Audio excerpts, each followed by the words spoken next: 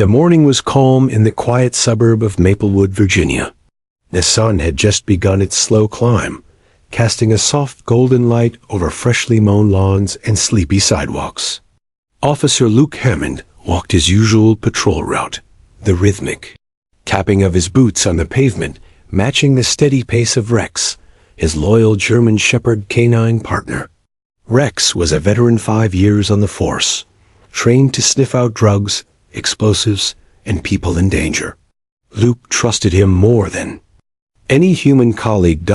It was supposed to be a routine morning, nothing unusual. But as they turned onto Cypress Street, Rex's behavior suddenly shifted. The dog's ears pricked forward. His usual eager tail wag slowed, then stilled. Luke saw the sharp inhale, the kind of breath that told him Rex had caught a scent. No one else could detect. Rex stopped dead in his tracks, nose pointed toward a dark blue duffel bag slouched beside a row of trash bins.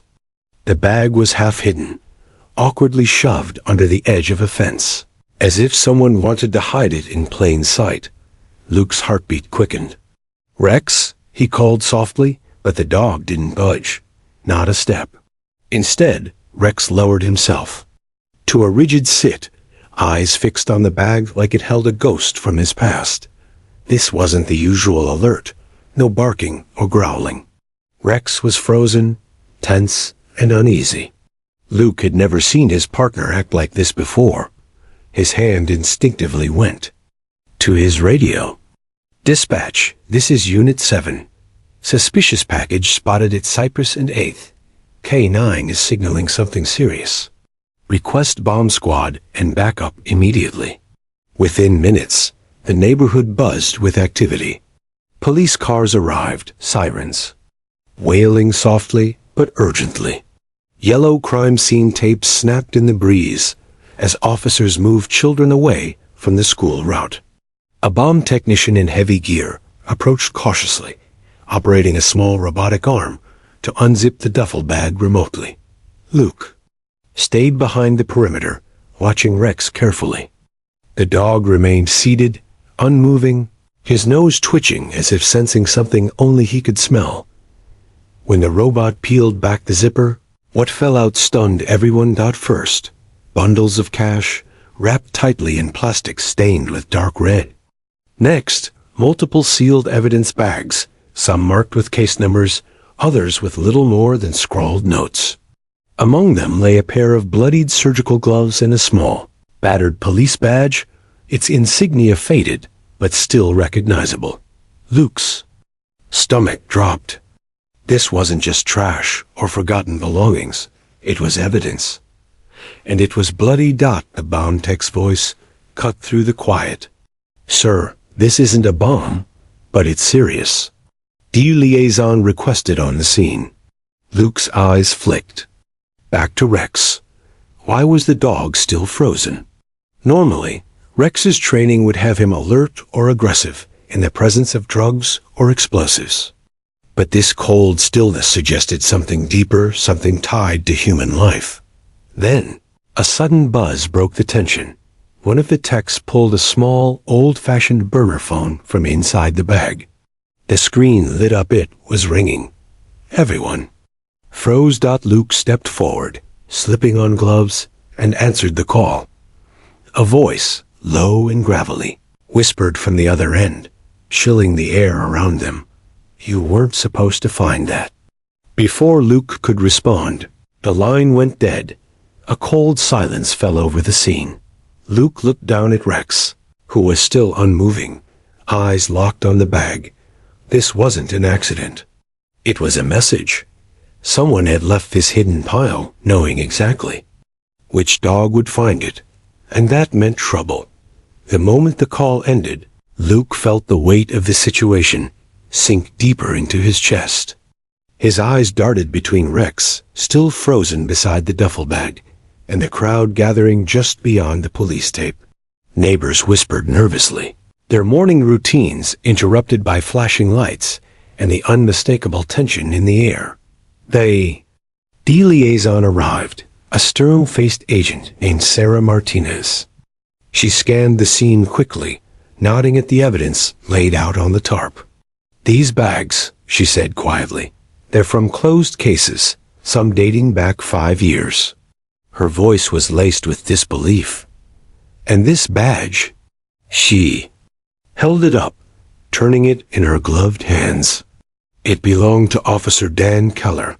Luke's breath hitched.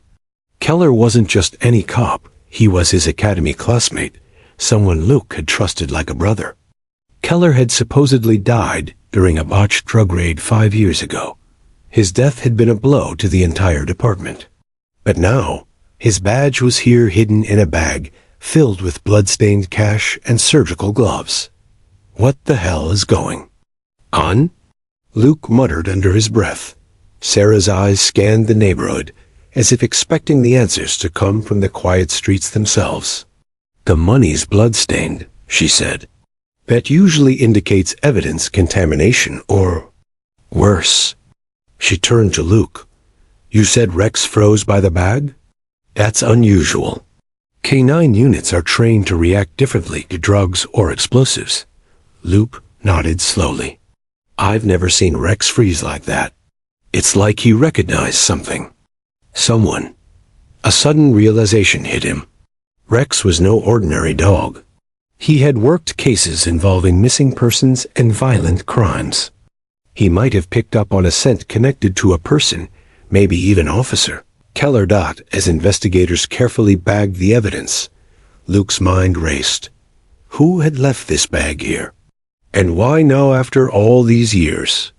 The fact that the items were blood-stained and hidden so poorly suggested desperation or a warning. Word spread fast. Reporters arrived, cameras flashing as they caught footage of the cordoned-off street and the mysterious duffel bag. The neighborhood buzzed with rumors.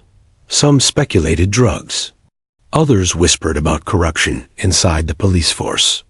But Luke knew better. This was bigger.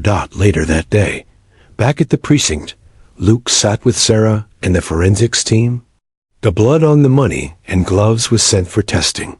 Preliminary results were shocking. The blood didn't belong to Officer Keller. It was an unknown profile, one that didn't match any DNA in the department's database. Sarah leaned forward, lowering her voice. "If someone planted Keller's badge, and the blood isn't his, then there's a cover-up. Someone's hiding something, and it's been buried for years." Luke swallowed hard. The department had always preached integrity, but now he wondered how deep the rot ran. His phone buzzed. It was a message from an unknown number. "Stop digging, or you'll be next." Luke showed Sarah. Her expression darkened. "This isn't just about old cases anymore. It's about someone trying to silence the truth." That night, Luke couldn't sleep. He stared at Rex, lying quietly at his feet. The dog's unusual reaction had set off a chain of events that might expose secrets. Some wanted to remain hidden, and somewhere in the shadows, whoever left the bag was watching, waiting for Luke to make his next move. The following morning, the Maplewood Police Department was buzzing with uneasy energy. Rumors flew through the halls like wildfire. The discovery of the duffel bag and its contents had shattered the calm, and no one knew what to say or do next. Luke felt the weight of suspicion pressing down on him. He wasn't just chasing a mystery anymore. He was chasing ghosts. A roll call. The chief addressed the officers, his tone grim. "This situation is serious. We have to cooperate fully with the investigation. Any leaks or misinformation will only make things worse. Remember, loyalty to the truth is paramount." Luke nodded, but inside, his trust in the department was wavering. He had heard whispers from colleagues, half-finished sentences, nervous glances, doors closing abruptly when he approached. Back at his desk, Luke's phone buzzed again. Another anonymous text. "You don't know who you're messing with." He showed it to Sarah Martinez, who is now coordinating with internal affairs. "We're dealing with something bigger than a single corrupt officer," she said. "It might be a network." Their suspicions were confirmed when forensics returned more results. Traces of unregistered narcotics were found in the evidence. Bags. Someone had been tampering with cases, hiding or planting evidence to protect their own. The thought chilled Luke. Innocent people could be rotting behind bars because of this. That evening, Luke decided to visit the home of Officer Dan Keller's widow, Sarah Keller. He needed answers, anything that might explain why Keller's badge was in that duffel bag, and why Rex had reacted like he did. The small house was quiet when Luke arrived. Mrs. Keller greeted him with tired eyes and a wary smile. "I still can't believe Dan's gone," she said softly. "We had no closure." Luke hesitated and asked, "Have you ever seen anything strange? Anyone asking questions about Dan's cases or the department?" She shook her head slowly. "No, but lately I've been getting strange phone calls." Heavy breathing. Silence. I thought it was just my imagination. Her voice cracked. "I'm scared, Officer Hammond. I don't know what's going on." Luke placed a reassuring hand on her shoulder. "We're going to find out the truth. I promise." Back at the precinct, Luke's investigations uncovered something unsettling. A pattern of officers disappearing from the force quietly, some leaving under suspicious circumstances, others reassigned or silenced. The deeper Luke dug, the more he realized the department's dark past was riddled with lies. Late one night, as Luke reviewed files alone, his computer suddenly glitched. A shadow flickered outside the window. Rex growled low, alerting Luke to an unseen presence. Luke grabbed his flashlight and went outside, but found nothing but empty streets and rustling leaves. Someone was watching. Someone wanted the secrets buried. And Rex's freeze by the duffel bag had been just the beginning. The discovery of Officer Dan Keller's badge in that blood-stained duffel bag wasn't just a shock. It was a crack in the department's carefully constructed facade. Luke knew he was chasing something far bigger than he'd imagined. Days after his visit to Keller's widow, Luke received an unexpected tip. An anonymous source contacted him late one night with a location, an abandoned train station on the outskirts of town. The message was clear: come alone. Against his better judgment, Luke decided to follow the lead. Rex, sensing his handler's tension, stayed close, alert and ready. At the deserted station, the shadows seemed to swallow sound. The air was thick with dust and the faint scent of oil and rust. Luke's flashlight cut through the darkness, illuminating old posters peeling off cracked walls. Then, from the corner of his eye, Luke spotted something, a figure, hunched and hidden beneath a threadbare coat, eyes darting nervously. "Officer Keller?" Luke whispered, disbelief catching in his throat. The man looked up slowly, revealing a face marked by years of hardship. It was Dan Keller. Luke's mind reeled. Keller had disappeared 5 years ago, presumed dead in a violent raid gone wrong. But here he was alive, in hiding, and clearly scared. Keller's voice was a rough whisper as he explained, "I found something they wanted buried. Corruption. A ring within the department, funneling drugs and cash, planting evidence, ruining lives." He glanced at Rex. "Your dog. He smelled me. That's why he froze. He recognized me." Luke's heart pounded. Keller's disappearance had never been a tragic accident.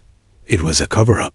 Keller handed Luke a worn journal filled with names, dates, and coded entries, a roadmap to the corruption he'd uncovered. "But I can't stay," Keller said urgently. "They're watching. If they find me, I'm dead." Luke nodded, realizing this was bigger than any one man. "We'll protect you, and we'll expose them." As Keller disappeared back into the shadows, Luke knew the road ahead would be dangerous. Rex stayed vigilant, a silent guardian in this growing storm. Back at the precinct, Luke began piecing together Keller's notes. Names of high-ranking officers, shady deals, and manipulated cases. It was a conspiracy that stretched back years one that could shatter the entire department. But someone was desperate to keep it quiet. The threatening messages, the shadows stalking Luke at night, it was clear they were closing in. With Rex by his side, Luke prepared to confront the truth. "Let me know when you want part 5. You said, continue part 5, 650 words. And right-separated ChatGPT said, here's part 5, about 650 words. Continuing the suspense with twists and gripping revelations. Part 5, the web of deceit back at the precinct." Luke spread out the warm journal Keller had handed him across his cluttered desk. The pages were filled with scribbled names, cryptic notes, and dates, like a secret code waiting to be cracked. Each entry pointed to officers Luke had known for years, some even respected within the department. His phone buzzed with another anonymous text. "Stop digging, or everyone you love pays." Luke's jaw clenched, but he refused to back down. He couldn't ignore the truth, no matter the cost. With Sarah Martinez's help, Luke began quietly contacting trustworthy allies, federal agents, honest cops, and forensic experts, those who wouldn't be corrupted or silenced. They started re-examining cold cases, many of which Keller had referenced. The deeper they dug, the clearer the picture became. A ring of officers had been manipulating evidence and selling drugs, turning Maplewood into a criminal playground while wearing badges. And came the biggest shock. A witness came forward, a former officer who had fled the force years ago under mysterious circumstances. He claimed that Keller had been close to exposing the entire operation before his disappearance, and that several department leaders were involved. Luke and Sarah arranged a clandestine meeting with the man in a rundown diner miles from town. He was nervous, constantly glancing over his shoulder. "I can't stay long," he whispered. "But you need to know this, some of the evidence you found?" It wasn't just planted. It was staged to frame innocent people and cover up killings. Luke's stomach tightened. The corruption wasn't just about drugs or money. It had cost lives. As the meeting ended, Luke felt the weight of responsibility crush him. He wasn't just fighting corruption. He was fighting a shadow army embedded deep within the force. Back at home, Luke's phone buzzed again. This time, a photo. Rex, taken from a distance, his silhouette outlined against the streetlight. A message followed. "We're watching your dog. Back off." Luke's blood ran cold. The threats were no longer vague. They were personal. And Rex, his loyal partner, was a target. That night, Luke stayed up, watching over Rex as the dog rested uneasily, ears twitching at every sound. The bond between them had never felt stronger, but the danger looming over them was undeniable. In the coming days, Luke knew he'd have to tread carefully. Every step could be watched, every word could be used against him. But he also knew one thing. This story had to be told, no matter what it took. Back at the precinct, Luke spread out the worn journal Keller had handed him across his cluttered desk. The pages were filled with scribbled names, cryptic notes, and dates like a secret code waiting to be cracked. Each entry pointed to officers Luke had known for years, some even respected within the department. His phone buzzed with another anonymous text. "Stop digging, or everyone you love pays." Luke's jaw clenched, but he refused to back down. He couldn't ignore the truth, no matter the cost. With Sarah Martinez's help, Luke began quietly contacting trustworthy allies, federal agents, honest cops, and forensic experts, those who wouldn't be corrupted or silenced. They started re-examining cold cases, many of which Keller had referenced. The deeper they dug, the clearer the picture became. A ring of officers had been manipulating evidence and selling drugs, turning Maplewood into a criminal playground, while wearing badges. Then came the biggest shock. A witness came forward, former officer who had fled the force years ago under mysterious circumstances. He claimed that Keller had been close to exposing the entire operation before his disappearance, and that several department leaders were involved. Luke and Sarah arranged a clandestine meeting with a man in a rundown diner miles from town. He was nervous, constantly glancing over his shoulder. "I can't stay long," he whispered, "but you need to know this. Some of the evidence you found, it wasn't just planted. It was staged to frame innocent people and cover up killings." Luke's stomach tightened.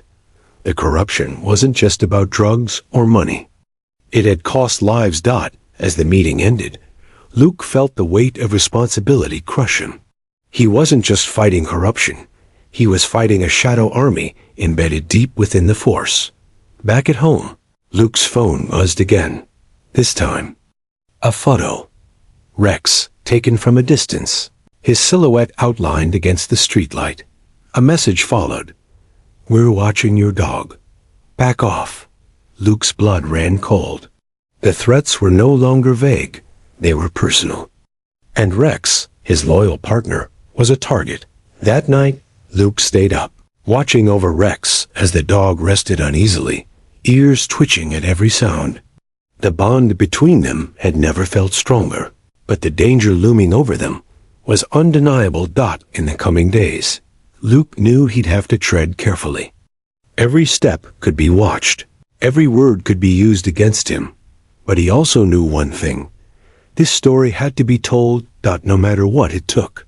The pressure was mounting, but Luke refused to back down. Every day brought new dangers. Unmarked cars parked near his home, unexplained power outages at the precinct, and that haunting message about Rex. The threat wasn't just to him anymore. It was to everyone he cared about. With Sarah Martinez coordinating federal support, Luke arranged a covert raid on one of the locations Keller's journal had flagged. A rundown warehouse on the outskirts of town. The place had once been a hub for drug shipments, but for years it had been quiet. Until now. As Luke and the team approached under cover of darkness, Rex was alert, sniffing the air with intensity. Suddenly, Rex stopped and froze again, this time beside a locked metal crate marked with the department seal. Luke's pulse quickened. Could this be another piece of the puzzle? Inside the crate, they discovered sealed evidence bags identical to those found in the duffel bag, along with stacks of cash and documents detailing transactions between corrupt officers and criminal organizations.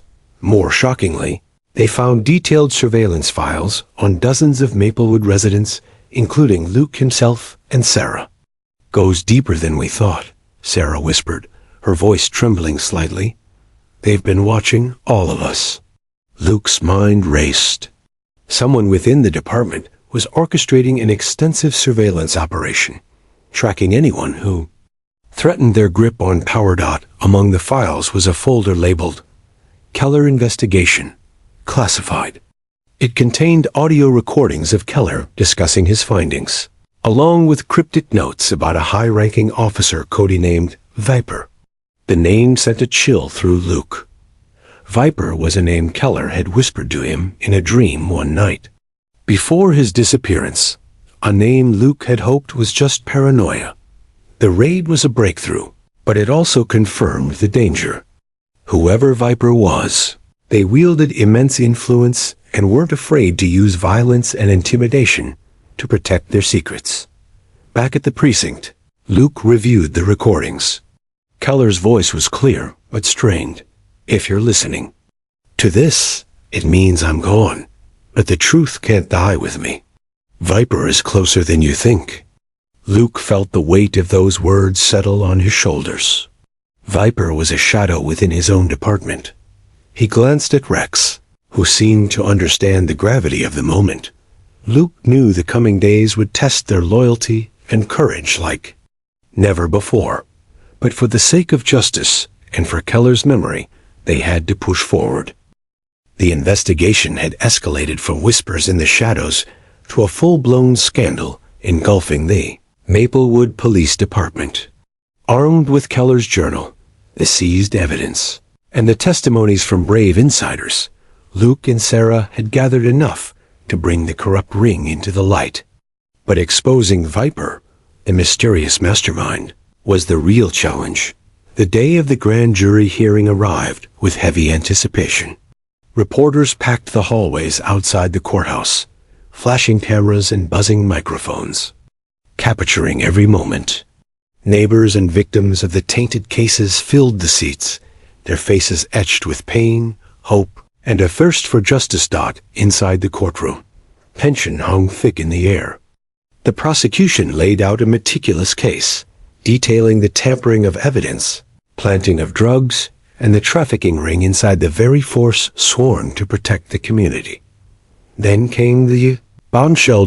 When the defense called their first witness, a high-ranking officer known for his flawless record, the courtroom gasped. He was calm, confident, and appeared untouchable. But then, unexpectedly, Luke's phone buzzed with a text. "Look closer."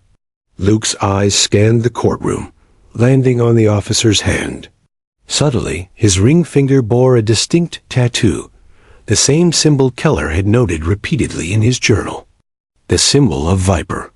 The courtroom erupted in whispers. Luke motioned to Sarah, who immediately requested a recess. During the break, they confronted the officer's background. He was indeed linked to multiple suspicious transactions, though. His public image remained spotless. With this revelation, the case took a dramatic turn. The untouchable officer was the elusive Viper, the puppeteer behind years of corruption. But just as the prosecution prepared to press charges, the officer's legal team filed for a mistrial, citing procedural errors and threatening to expose classified information that could compromise ongoing federal investigations. The courtroom drama shocked the neighborhood. Many feared the corrupt network might escape justice yet again. Meanwhile, Luke faced personal attacks. In the media, accusations flying that he was fabricating evidence. His phone rang incessantly with threats, and Rex, usually steady and calm, began showing signs of stress. Then came the most shocking moment. An anonymous package delivered to Luke's home containing a video, grainy but clear enough, of a masked figure entering Luke's house when he wasn't there. The message was clear. The shadows were closing in. But Luke refused to be intimidated. He knew the fight wasn't over. With Rex at his side and the truth behind him, he vowed to expose every lie, every betrayal, because in the heart of Maplewood, justice still had a chance. The tension in Maplewood was palpable as the final chapters of this dark saga unfolded. The department was fractured, the community shaken, and Luke Hammond was no longer just a cop. He was a symbol of relentless truth. After the courtroom drama, federal authorities stepped in fully, overriding local attempts to bury the scandal. Viper's identity, now confirmed as Deputy Chief Marcus Reynolds, sent shockwaves through the force. Reynolds was a decorated officer, seen as a pillar of integrity, and his fall shattered trust like a sledgehammer. With Reynolds arrested and facing a mountain of charges, the department began a sweeping purge. Innocent men and women previously convicted on tainted evidence were released. Families long torn apart began to heal, and the neighborhood slowly breathed easier. Luke stood outside Maplewood Police Headquarters, Rex at his side as the sun rose. The once troubled dog was calm now, his piercing eyes reflecting the early morning light. Luke knelt, placing a hand on Rex's head. "You did good, boy," he whispered. A mural was unveiled in Maplewood Park a week later, a vibrant tribute to Rex, the canine who froze beside a forgotten duffel bag and started a chain reaction that brought a corrupt empire crumbling down.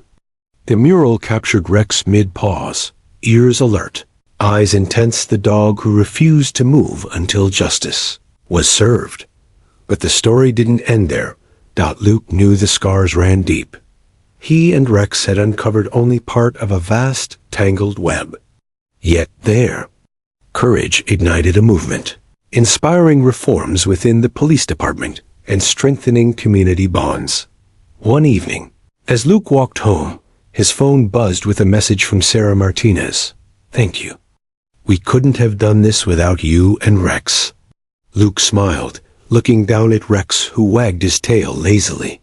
The dog who froze beside a duffel bag had become a hero, not just of Maplewood, but a symbol of vigilance and loyalty. As the neighborhood settled into a new chapter of hope and healing, Luke made a silent vow to protect the truth, no matter the cost, and to always trust the instincts of a dog who knew when something wasn't right. Because sometimes the smallest moments, the freeze of a dog, the unzipping of a bag, can change everything.